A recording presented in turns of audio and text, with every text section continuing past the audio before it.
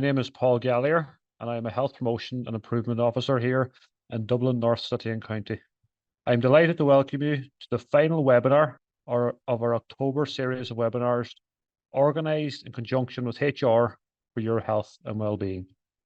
I would like to introduce our speaker today, Ray Maloney, who is the Employee Assistance Programme Manager, and he will be talking to us about self-care. This topic was one of the most requested in our staff survey last July. This reflects huge interest in the area, and we're delighted to have Ray with us today to share his knowledge and insights. If you have any questions for Ray, please just put them into the Q&A function below, and we will try and get to them at the end. If you're on social media and you would like to share this afternoon's webinar, you can do so by using the hashtag #StaffHealthDNCC. We will also have a survey at the end of the webinar, and by completing, you will be entered into a draw to win some prizes. So without further ado, I'm going to hand over to Ray for his presentation. Thank you, Ray. Thank you very much, Paul. Just bear with me a second now till I get this up. I'm a bit of a Luddite at these things, but okay, so hi everyone, and thank you for logging on, and I hope you find it useful. What I'm about to share with you, right, is an approach to self-care that I use personally, and that I have shared with clients over the years to great effect. I developed this approach following a workplace incident in 2005 that forced me to have to look at self-care and rebuild myself following a period of therapy due to PTSD and 6 months absence from work. So I can vouch personally that this approach works and has worked for me, and I've had positive testimonials from a large number of clients. So I offer it to you now really as just another option in terms of self-care approach that you might want to consider. Before I just go into that, I just want to do a quick overview of EAP in case there's any new staff or anybody who's not very familiar with the EAP service. And so basically the Employee Assistance Program service provides counselling, support, information, referral, critical instant stress debriefing, critical instant stress management training, and staff support management consultancy. We also, in terms of access to the service, we also guarantee that it's confidential, it's voluntary, nobody can be compelled to attend or avail of the services. The access routes to it are either through self-referral, occupational health, or you can be referred through management, HR, or peer encouragement. There's plenty of information up on the website if you want to have a look, and I'll have some details later. But if you just go into the HSE website and put in EAP, everything will come up there for you, all the information to do with the service. I'm not going to spend any more time on that now because I know that the interest is in self-care. So I may just have about 40 minutes and I'll go into that now. This approach that I'm going to show you now, really, I would work with clients over a number of weeks, possibly. So what I'm giving you now is a very brief overview of the approach that I said I use personally and that I take with staff members. So start off by presenting you with a scenario, right? So you're sitting in Houston train station or any train station, and a person sits down beside you and says hi, and they say, "Please don't be startled, but I'm an alien from a distant planet. We've been observing the human race and we can't figure out what a human being is. Can you tell me in 1 minute what a human being is? I have to report back." What would you say? Now, a hugely important question. And I leave that with people and off they go, and they consider that over the next week or two and talk to their family and friends about it. And the question is, what would you say to the alien? So basically the question we're asking ourselves is, what is a human being? And I think personally, that is possibly one of the most important questions you can ask yourself. I mean, we are a human being. We've been around human beings all our life. We interact with them constantly. And so if we don't have some sort of a basic framework or concept for ourselves of what a human being is or constitutes, I think we're going to struggle. And as a species, I think we are struggling. You just have to look at the news every night of the week to know that there's something seriously wrong in our concept of what it is to be human and how we're treating each other and so on. Anyway, so I give people a good bit of time to do this. Or if I'm working with a group in a workshop, we'll spend maybe 5 or 10 minutes just giving people a chance to consult about it or jot down their own notes and come back with what they think constitutes a human being. And so it fits very much into the whole Socratic axiom of, know thyself, because if you don't know yourself, and if you don't have a concept, as I said, of what it is to be a human being, we're going to struggle with the challenges that life throws at us, because we're not likely to be able to navigate very well the stresses and strains of life. And so we're trying, darts in the dark, basically, and hoping that things will stick and work, and we can flit around for a long time, as I did myself in my, in early life, trying to figure out what's what. So, having done that, clients will come back, staff members, and they will share what they believe to be a human being. And there is no right or wrong answer as such in many ways. Like, it's not a test and it's not a judgment. It's just to get people to start thinking about themselves and what they are as a being or a species or whatever. And then we explore this approach, which I share with people. And as I say, it's not a dogma. It's very much a personal understanding of what it is to be a human being. And we work on it together, and people can take or leave whatever it is that they want to from this understanding of a human being. So what do we say? So we're sitting down, we're talking to the alien, say, okay, quick soundbite here. You have a few minutes to get back. Here's what I think a human being is. And it's based very much, by the way, on my reading, my personal experience as a human being, my work as a therapist, and my learnings as a therapist, and my interest in philosophy and religion, spirituality, and pulling it all together. There seems to be universal agreement around what constitutes a human being. It's not cultural specific, and I don't think anyone anywhere so far has not contradicted what appears to be this understanding what a human being is. But if anyone else has something to offer, I'm only too glad to hear. So the first thing I would say to the alien is that I'm a cognitive being. So what does that mean? I have the ability to think. So as a species, a human being, I have this incredible capacity for thought. Now, what do I mean by that? Well, obviously, I'm not going to talk about qualitative now, good or positive or negative. I'm talking about just the whole process. So I have the ability for logic, reason, deduction, induction, imagination. I can project my thoughts into the past, project my thoughts into the future. I have this incredible capacity to do all of these things. And I won't dwell too much on it. I'm just going to move on each one fairly quickly. But just to say to you that in terms of all the life forms that we know that currently exist on this planet and that we've discovered elsewhere, apart from the alien, we're the most advanced cognitive being that exists in the universe. We have not come across any other being that has the same level of cognition and thought processes and abilities within thinking that we have. We're top of the pile. Second thing I would say to the alien is that I'm an emotional being. So what does that mean? I'm relational. So the basis of my interaction and being here is very much on the basis that I can relate to others, and I've depended on others. I've had parents who brought me into the world, took care of me, related to me, brought me up. I have, as a species, we've all experienced that. As a species, we have come down from the trees or out of the cave or whatever on the basis of our ability to relate to each other, combine as family groups, cities, tribes, nations, and now we're kind of looking at the whole idea now of globalization and one human interacting family as such, So everything is very much, all my progress has been as a result of my ability to relate to others, and also as a species, we've gotten to where we've gotten on our on the basis that we have this incredible ability to relate. And also what underpins that is in terms of relationships is our ability to feel emotions. And I won't go into too much detail about that other than to say that they're the basis of, in my experience, of most of the mental health issues that a vast majority of us suffer from. If we are emotionally injured, that has a huge implication for everything in our lives, our relationships, our way of thinking even.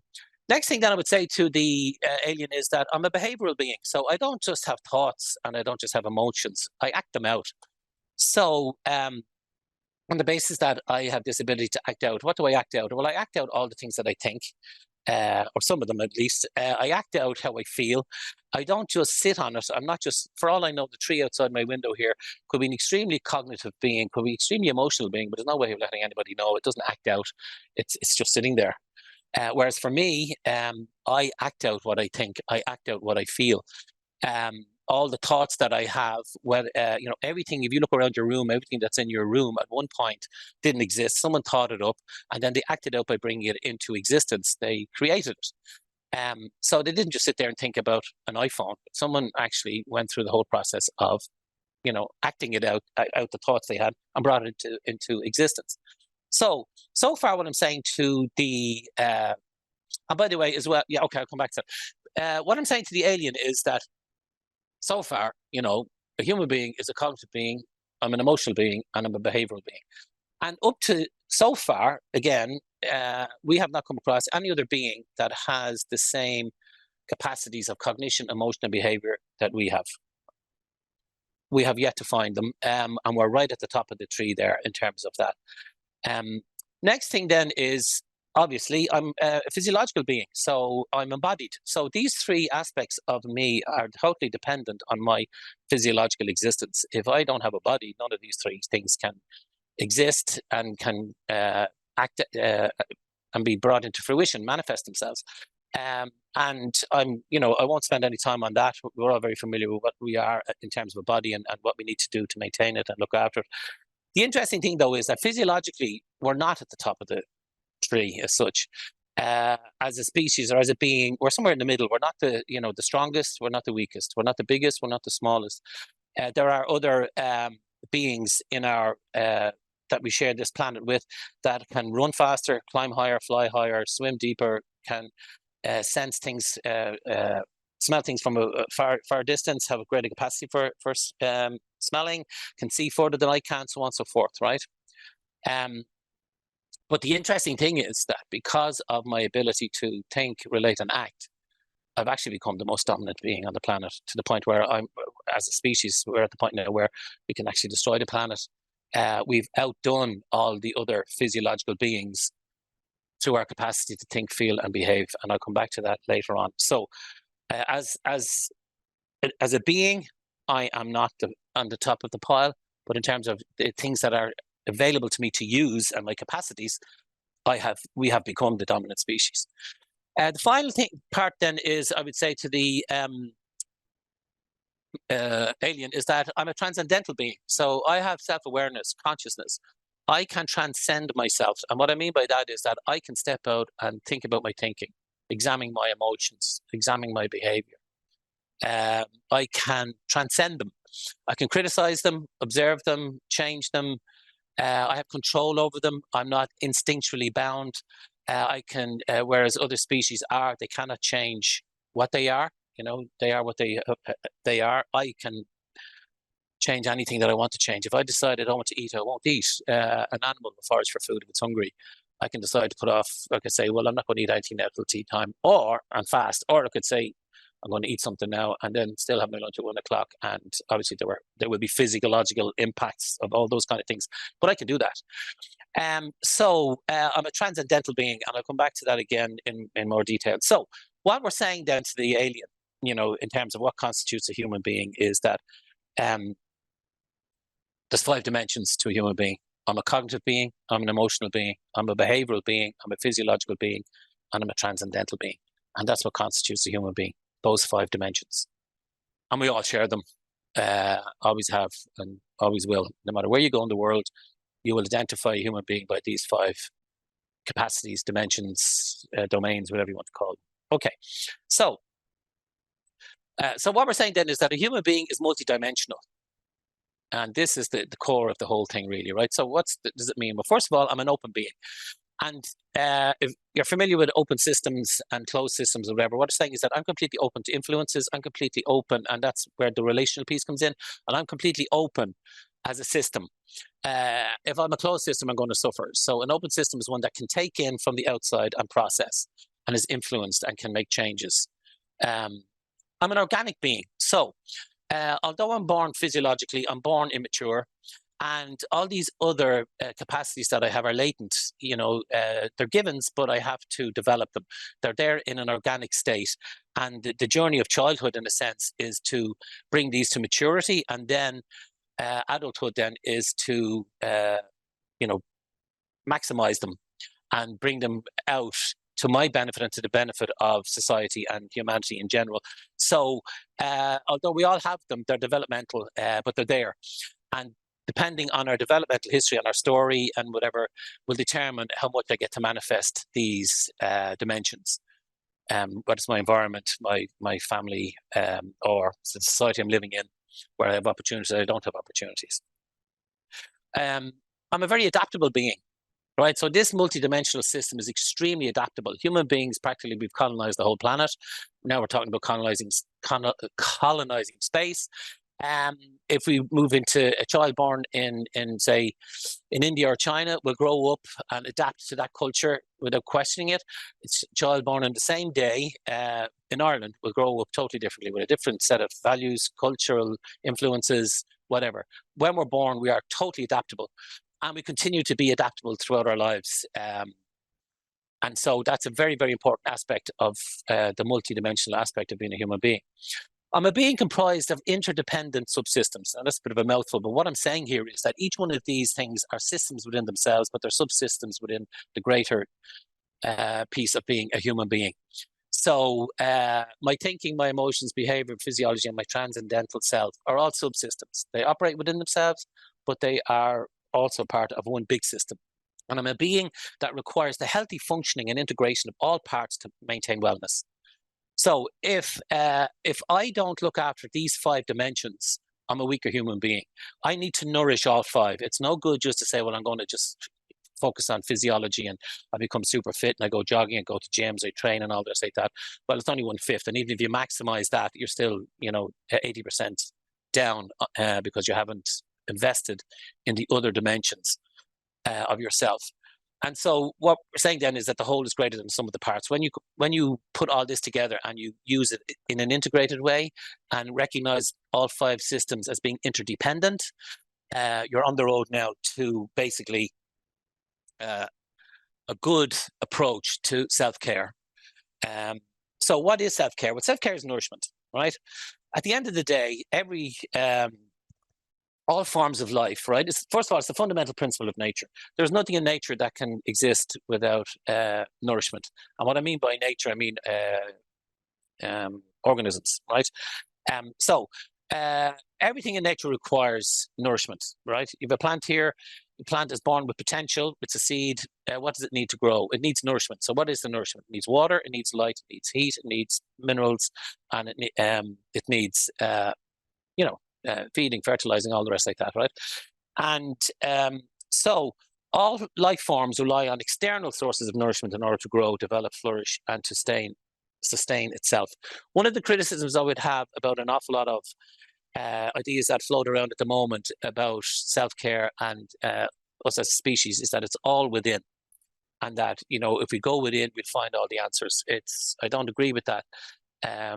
It's a bit like saying I can nourish myself and I don't need any nourishment from external. What we do is we process it and we draw from the nutrients of it, but we have to take it in from the outside. So inspiration, basically, and I'll come to that in a few minutes about the forms of nourishment. But we have to go out to get it. That's where the relational piece comes in, and that's why relationships are so important and how we relate to things and people and whatever. We have to receive nourishment from the outside. We cannot rely on getting through life by just head down and totally depending on my inner resources. They will weaken if they don't receive nourishment. So let's talk about, so what is holistic nourishment? And what I mean by holistic nourishment is, right, that we're approaching self-care from 5 directions. We're approaching it from all of the 5 domains or dimensions of what it is to be a human being, right? So the first one then, right? We look at ourselves here, the 5 dimensions: cognitive, emotional, behavioral, physiological, and transcendental. So we take the first one, cognitive, right? So how do we recognize nourishment in that domain? Well, what we look for is intellectual stimulation, creativity, things that challenge us and nourish us intellectually. We can find that in work, we can find it in our personal lives, we can find it through relating to other people. All the things that we can do that can nourish us intellectually are the things we should be driving ourselves towards. So a lot of us get that in work. We've chosen professions and careers that we find intellectually stimulating, and we have room to be creative within those professions. And, we can also get intellectual stimulation from reading, studying, debates, discussions with people, investigating things. Whatever it is that we find intellectually stimulating is important to have in your life. If you don't have it in your life, you have to seek it out. If you find that you're intellectually stunted, that your job is boring, that you don't find this stimulation anymore, you got to find it either in that work or in some other domain of your life or aspect of your life, or within another form of work or whatever. But intellectual nourishment is hugely important to keep us well. Second thing then is relationships. So we're talking about the emotional dimension here. So relationships are the basis of emotional well-being and emotional health. So we have to seek out relationships that we find nourishing. If we're in relationships that are depleting us, if we're in relationships that are not nourishing us, it's not healthy for us. And we need to look at those relationships again, question the validity of them in our lives, and make decisions in relation to how much we need to expose ourselves to them, or change them, or move away from them. But it's possibly one of all the forms of nourishment, it's probably one of the most important, and certainly the most depleting if we're in relationships that aren't nourishing. Again, the whole thing is about looking at things from a nourishment perspective. And if we find that we are a better person, or we're growing as a result of this relationship, and we find it consistently nourishing, it's a good relationship. Whether it's in work, whether it's with colleagues, managers, wherever. If you're finding that the relationships are a huge strain, you need to take a good look at that and decide what you need to do in terms of nourishing yourself along those lines, and what decisions you might have to make in relation to that. Behaviors. Obviously, we need to be around people who exhibit acceptable behaviors, culturally acceptable behaviors. Behavior will differ from culture to culture. But behaviors that we deem to be appropriate, and that we behave in appropriate ways. So, for example, we have a dignity at work policy, and there's an outline there on what we consider to be appropriate behaviors in the workplace. They're designed, really, when you think about it, to nourish us, to ensure that we're healthy and safe in work, and that we don't have to deal with behaviors that we consider to be insulting or oppressive, or in any way depleting us. So again, it's very important to look at our own behaviors, and to look at the behaviors of others around us. And if we find that they aren't nourishing us, to take steps to address that. Physical health, obviously, I won't spend too much time on that. There's an awful lot around about that. We're very familiar with all of that. But to say that, obviously, it's a no-brainer, really, that if you don't nourish your body, you're not going to get the benefits. You're actually going to become ill. And to sustain life, you have to look after your physical health. And what I would say is that in relation to the other dimensions, the principles of physical health apply directly to all of those other dimensions. So we need nourishment. We need to ensure that we address it, we take care of it, we take action when we seek assistance and help and support. If you're physically ill, well, you should do the same if you're struggling in any of the other domains. The process of healing is exactly the same, and the process of illness is exactly the same, because again, we're a holistic being, and the principles of health and the principles of well-being apply on all levels. Even in nature, the principles are exactly the same. So you look at, if you're struggling in any of the other domains, look at what you would do if this was happening in the physical level, and what you would do to improve yourself, the principle behind it, and I guarantee you the principle will work in the other dimensions. The next thing then is to cultivate your inner self. That's the transcendental dimension, and so that is hugely important, and that's where our sense of self, well-being, soul, vocation, existential being all resides. And so it's hugely important that we nourish that aspect of our being. We live in a culture that is very materialistically oriented, and so cultivating the inner self, while there's a lot of talk in ways about it, a lot of literature might be produced about it, we struggle with trying to find a way to nourish ourselves in that area. And so it's probably the most important one. Well, in my book, it's the most important one. All of the other four I have it in the center for a reason, receive a huge degree of nourishment from the transcendental self, or the sense of soul, spirit, whatever, self-awareness, whatever it is you want to call it. Hugely important that we have nourishing processes and nourishing things in that area. Again, I'm skipping over this stuff really, really fast because I would spend an awful lot more time exploring this in sessions with clients, because each person would be going through this for themselves and discussing each of these areas and finding out, where their nourishment is for them in these areas. That's what makes us all unique. Although we are the same, we're different. In that the degree to which we all focus on these 5 will be very much determined by your personality. So some people will be very intellectually oriented, and some people will be maybe transcendentally oriented or emotionally oriented. But nevertheless, while you might have a leaning towards one or the other, you can't ignore the rest. You still have to nourish them. And if one goes down, it has the potential to bring all 5 down. So we'll take the obvious one, physical health. If you get physically ill, it affects you emotionally. It affects you cognitively, certainly affects your behavior, and it can even affect you transcendentally, because it could be now an existential crisis. Am I going to die? What's going to happen next? So on and so forth. So you pick any of those domains. If your thinking goes askew, and you're ruminating, you're worrying, you can't think straight, so on and so forth, and you're having problems cognitively, it will affect you emotionally. It'll affect your behavior. It'll affect you physically. The mind-body connection is very much coming back into the fore now, and the impact of how we think and how we feel on our physical health is a no-brainer now. So the point is that if you nourish one, it nourishes the rest. If one is depleted, it pulls down the rest. So the idea is that you find your balance in order to keep you going and keep you nourished, and that is the challenge in terms of self-care. What I'm saying then is that holistic self-care is the only stress management or resilience building strategy that will provide sustainable resilience and well-being over a lifetime. I find this to be the case. As I said, I've been operating this kind of way myself for the last 18 odd years or whatever, working on it, building it over time, paying attention to all of these aspects of myself. And when I look at other approaches, there tends to be something missing. It doesn't go holistically or deep enough. It tends to be a little more surface.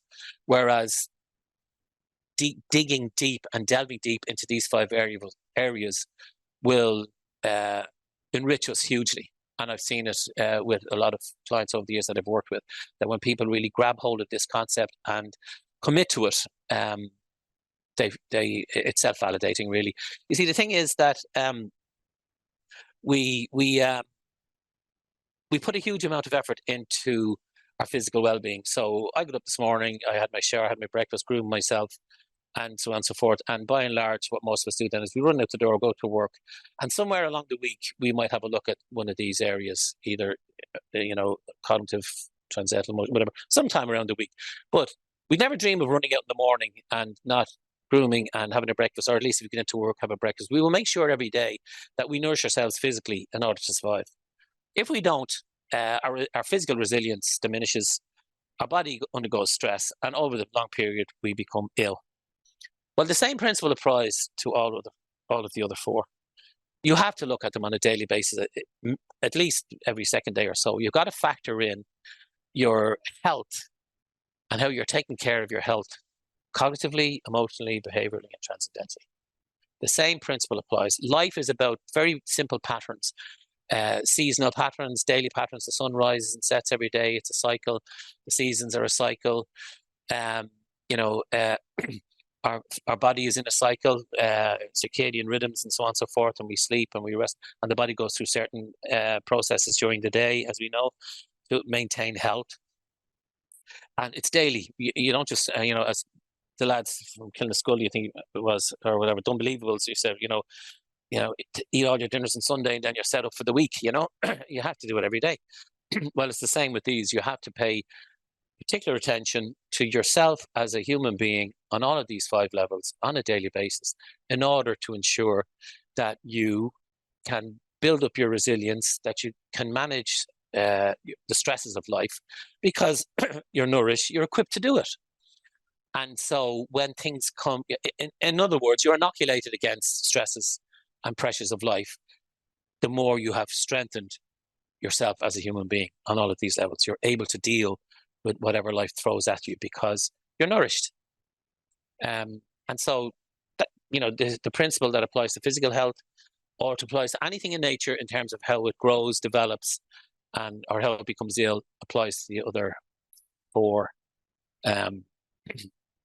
dimensions. It's kind of a bit frustrating, to be honest with you, trying to squeeze all this into a webinar like this, because it's there's an awful lot of work goes into this on a one-to-one basis. We sit down and spend a good bit of time, and people come back with incredible stuff in relation to their understanding of this and working through this and whatever. And I feel like I'm almost shortchanging everybody by lashing through this, but really I'm just giving you a taste of what's possible. So homework. I know everybody does homework, and at the end of the day, EAP is a solution-focused service, and the idea is that we, when we come for sessions or we come for therapy, that something changes, something improves, we go away with something different or to do.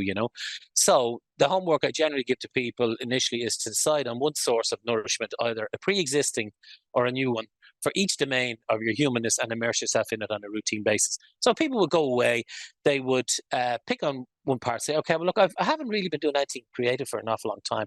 And, I've ignored it. I always wanted to play the piano, or I always wanted to paint, or I always wanted to do this, that, and the other.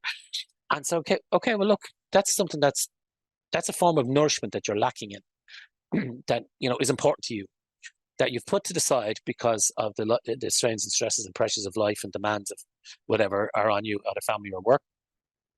But you need this in order to sustain yourself and to be have a more fulfilled life, and to be more of better service and to everybody else around you. So let's see where you can find time to do this and develop this and nourish this. And this can take a long time for someone, or it can happen fairly quickly for them. But the point is that they're addressing it. And out of that then comes an incredible energy. And then once it becomes self-validating, it's very easy to move to the other and say, okay, if it worked there, it's going to work on the other. So now I might look at my intellectual stuff. Well, I haven't read in a while, or I need to, whatever it is, join a debating society, go to creative writing, do whatever. You start to then look at the other aspects of your life in relation to those 5 dimensions. And before you know where you are in a short period of time, you're up and moving. And after that, you're on the road. And then it's completely up to you how deep you go with this and what you get out of it. But you get out generally of anything what you put into it. So that's it in a nutshell. So I'm going to hand back now to Paul to check out some questions and do my best to answer them. So thank you for your attention. Thank you for logging in. And I hope it's given you a taste of an approach to self-care that you mightn't have considered before. Thank you. Thanks a million for that. I can't speak for anybody else in here, but I found it very thought-provoking, I suppose. Okay. Particularly the alien question, that you do kind of have to take a step back and might give that one a bit further thought over the weekend. And I suppose it might help people reflect maybe on their current self-care practices, and also maybe people that aren't currently initiating any. It might encourage them to take those up. I'm not sure about the homework on a bank holiday weekend now. I'm not sure if we can sanction that or not, but it's good. It's good homework all the same. So thanks a million for that. I hope everyone enjoyed it as much as I did. And again, thanks to everyone who has been just popping questions in the Q&A. So if you're ready there, if you want to take a wee drink of water, Yeah, work away. There's a few here. I'll get Yep. through them and kind of get your insight on them. So the first one, the question is, what do you think may be the tipping point or symptom to be aware of that someone needs to reach out for professional help? Okay.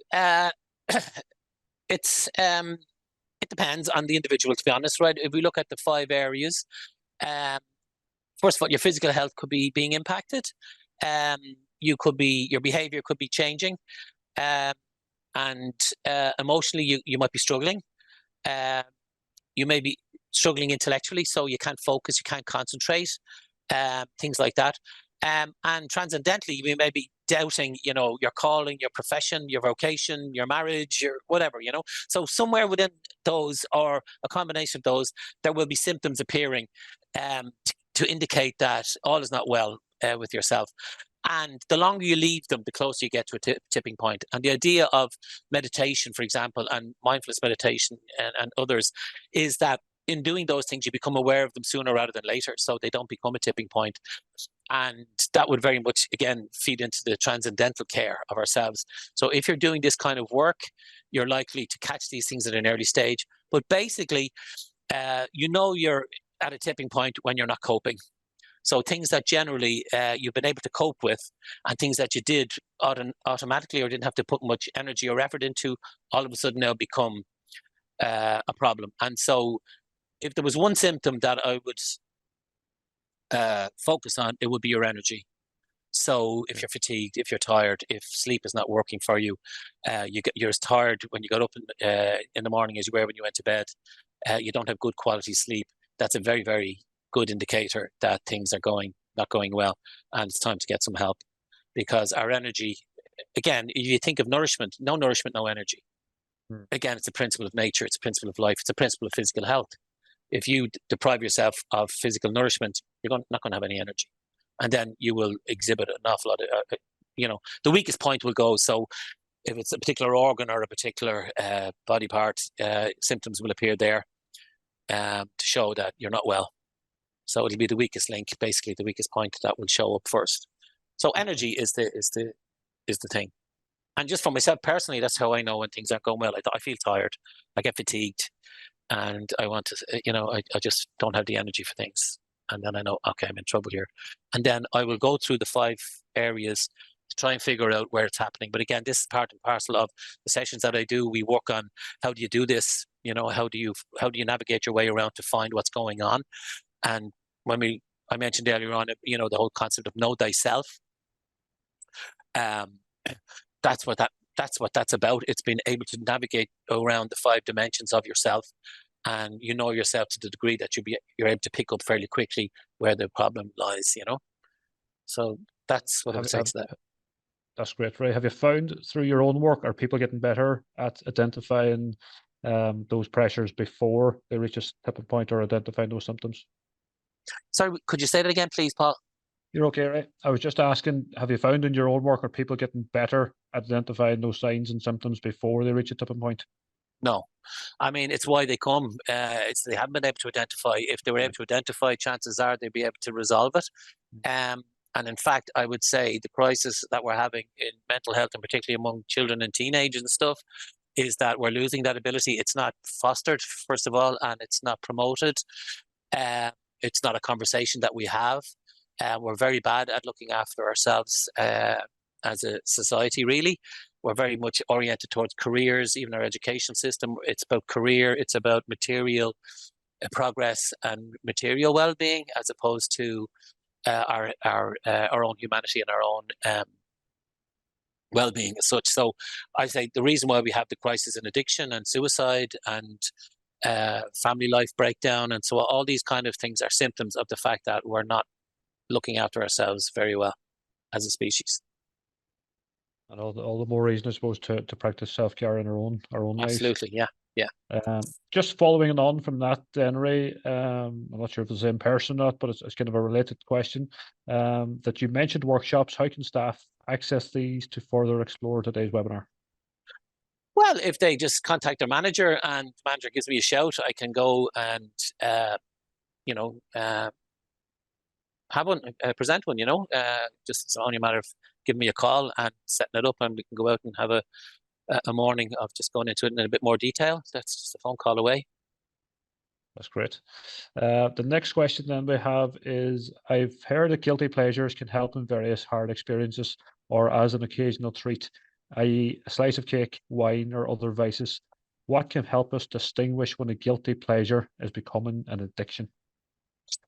Okay, well, a guilty pleasure is a distraction. So it's something that we do to help us cope in the immediate, right? Whereas self-care is about nourishment. Okay, now it has a the guilty pleasure has its purpose. We use it to cope. Uh, as I said, in the short term, and it's only a short-term solution, right? It's not sustainable. If you were to indulge in it to its fullest or continuously indulge in it, it's likely to impact on the quality of your life.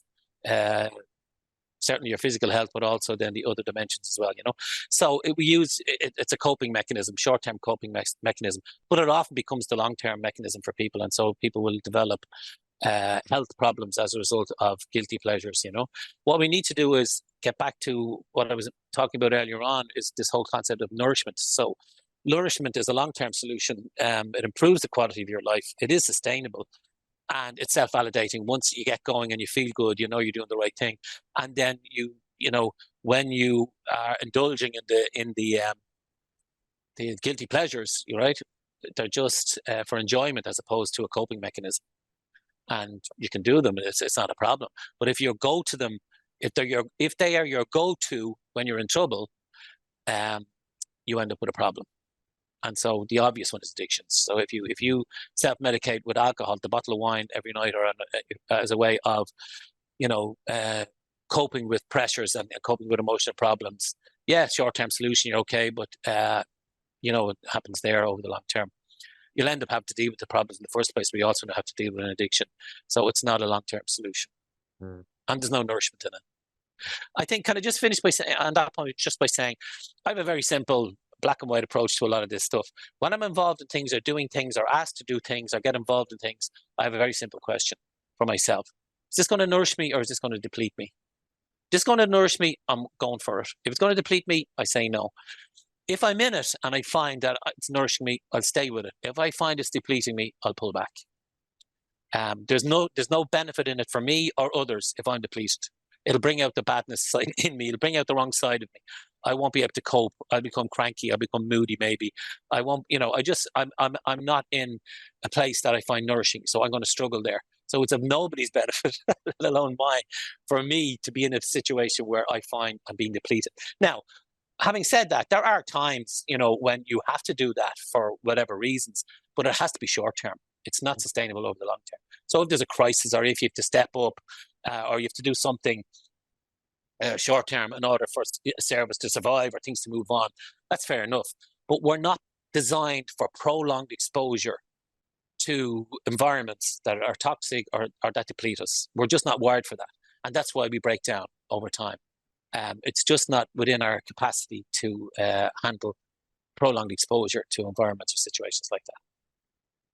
That's great, Ray. Thanks a million. Again, a very, very simple message: nourish or deplete. I think we can all ask ourselves that from time to time. Well, do you take an apple or do you take a Mars bar?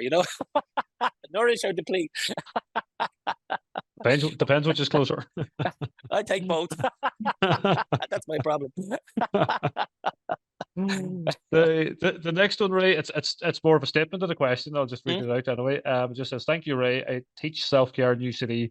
A very informative and comprehensive overview of the approach in such a short space of time. Thank you." Thank you very much. Kudos to yourself.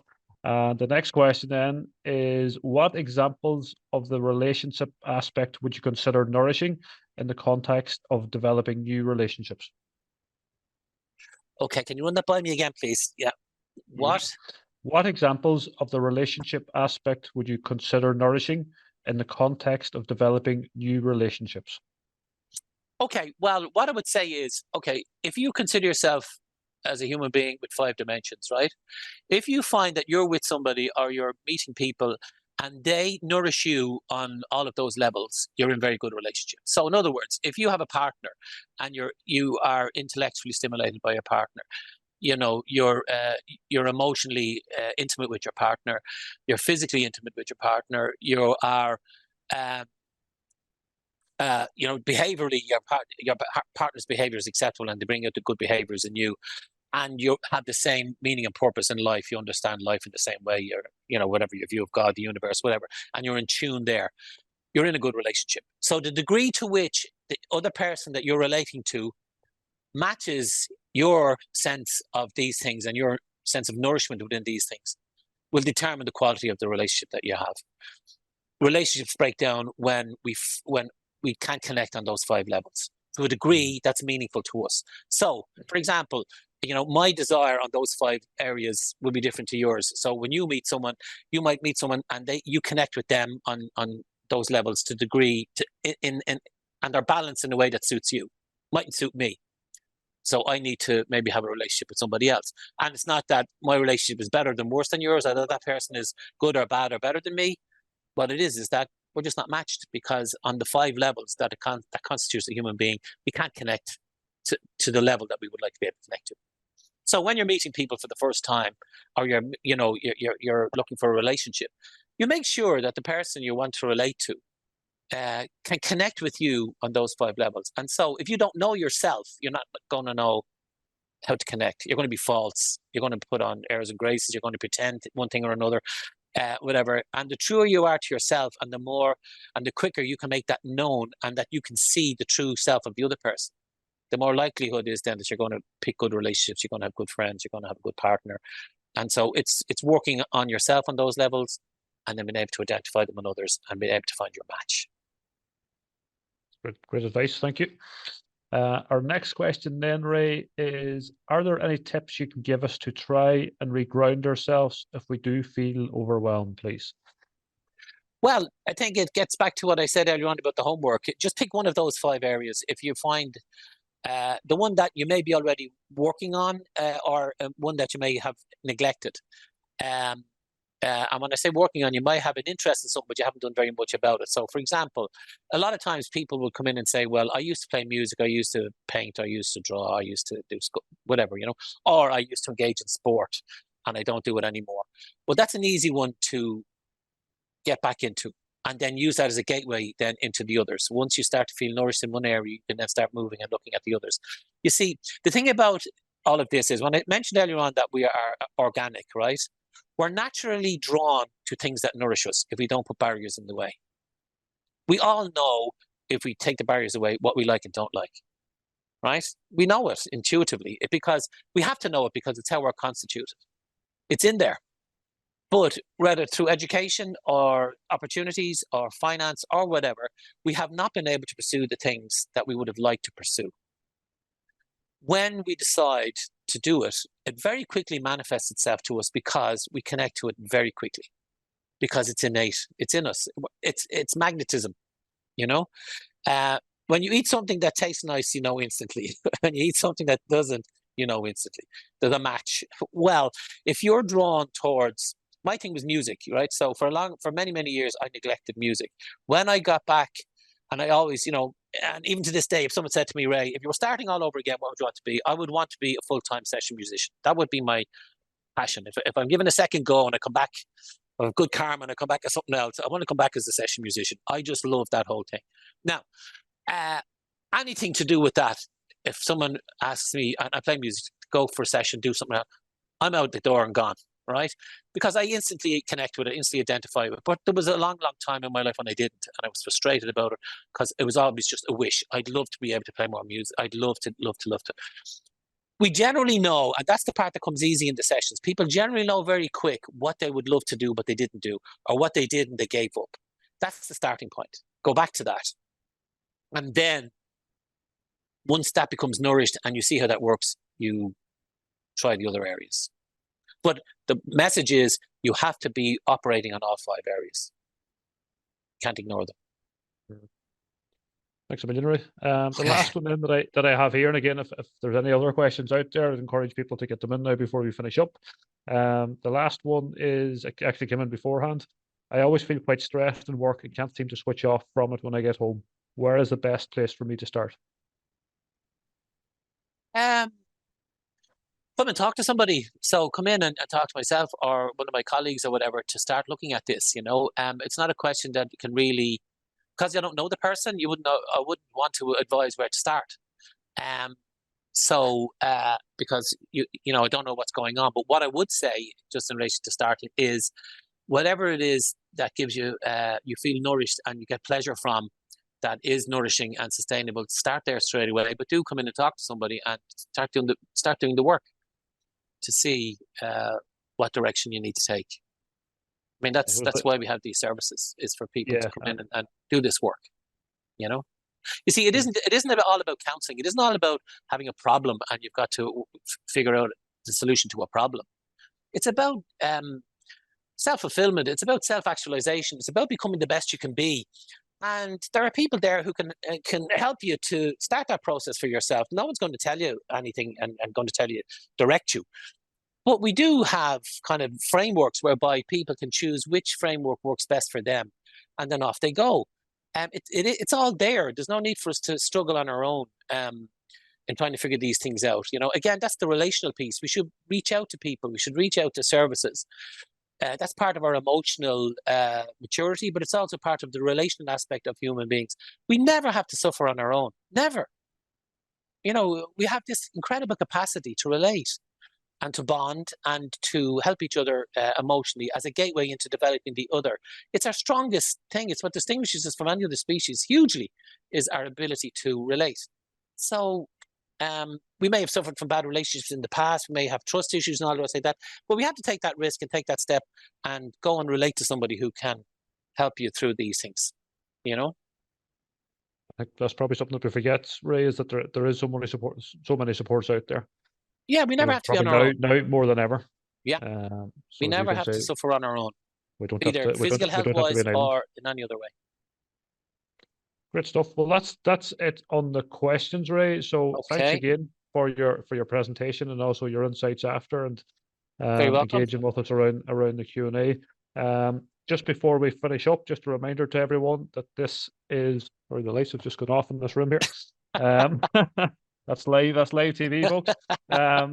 This webinar marks the end of our Staff Health and Wellbeing Month, and we would like to express our gratitude to everyone who took the time to attend our webinars and in-person events. We hope you found them enjoyable and beneficial. We would also like to extend our thanks to all our speakers at these events, including yourself, Ray. Thanks a million for today. And finally, just a gentle reminder about our survey, which by completing will enter you into we'll enter your name into our draw to win some prizes. So again, folks, we've finished up just a little bit before time. I make it 8 minutes. So give yourselves a little bit of time now to put into practice what Ray has been preaching, maybe a little bit of self-care now before you grab your lunch or have to get back to work. And I hope you enjoy the rest of your day and the rest of your afternoon. Thanks a million.